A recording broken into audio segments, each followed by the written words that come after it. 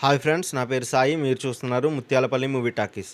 So friends, ఈ వీడియోలో మనం డిస్కస్ చేయబోయే టాపిక్ వచ్చేసి సెరాయ్ మూవీ రివ్యూ. యాక్చువల్లీ సినిమా అనేది లాస్ట్ ఇయర్ డిసెంబర్ 25th అయితే రిలీజ్ అయింది. ఇంకా సినిమా చూసిన తర్వాత నాకేమనిపించిందంటే, ఫస్ట్ ఆఫ్ ఆల్ ఈ సినిమాకి సంబంధించిన డైరెక్టర్ గురించి అయితే చెప్పాలి. ఎందుకంటే ఆయన పేరు సురేష్ రాజకుమారి.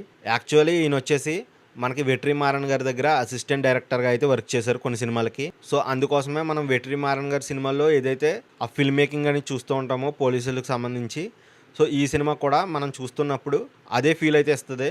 అంటే వెట్రిమారన్ గారే సినిమా తీసారా అనే ఫీలింగ్ అయితే కలిగింది నాకైతేని. పైగా ఆయన వచ్చేసి డెబ్యూ డైరెక్టర్ అనమాట. అంటే ఆయనకి ఇది మొదటి సినిమా. ఇంకా ఈ సినిమాకి సంబంధించిన స్టోరీ విషయానికి వస్తే, ఒక daring and dashing police character అయితే ఉంటుందన్నమాట. ఆ క్యారెక్టర్ని మనకి విక్రమ్ ప్రభు గారు అయితే చేశారు.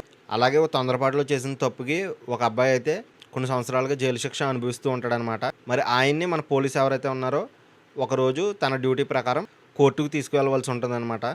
సో అది తీసుకెళ్లే క్రమంలో ఆ అబ్బాయికి సంబంధించిన బ్యాక్ స్టోరీ అనేది మన పోలీసుతో అయితే షేర్ చేసుకుంటాడు. సో దానివల్ల ఈ అబ్బాయి జీవితంలో చాలా మార్పులు వస్తాయి. సో అవన్నీ కూడా మీరు సినిమా చూసి ఎక్స్పీరియన్స్ అవ్వాలి. మరి ఆ అబ్బాయి క్యారెక్టర్లో వచ్చేసి ఎల్కే అక్షయ్ కుమార్ అయితే చేయడం జరిగింది. అలాగే ఈ సినిమాలో ఒక స్పెషల్ ఫీమేల్ రోల్ అయితే ఉంది. ఆ రోల్లో మనకి అనిష్మా అయితే నటించింది.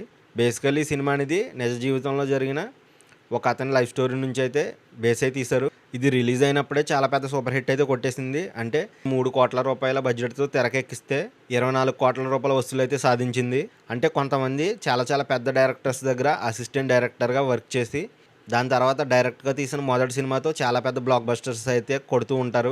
మరి అలాంటి జాబితాలో ఈయన ఒకటని చెప్తాను నేనైతే. సో మీరు చూసారు కదా ఫ్రెండ్స్, సినిమా చాలా అంటే చాలా బ్యూటిఫుల్గా ఉంది. ఒకవేళ ఎవరైనా చూడాలనుకున్న వాళ్ళు G5 అనే OTT యాప్లో అయితే స్ట్రీమ్ అవుతుంది. లేదనుకుంటే మనకు తెలిసిందే కదా, మూవీ రూల్స్లో ఫ్రీగా అయితే డౌన్లోడ్ చేసుకోవచ్చు. నేను కూడా అలాగే చూశాను.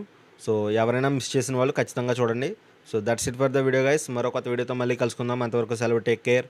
Bye bye.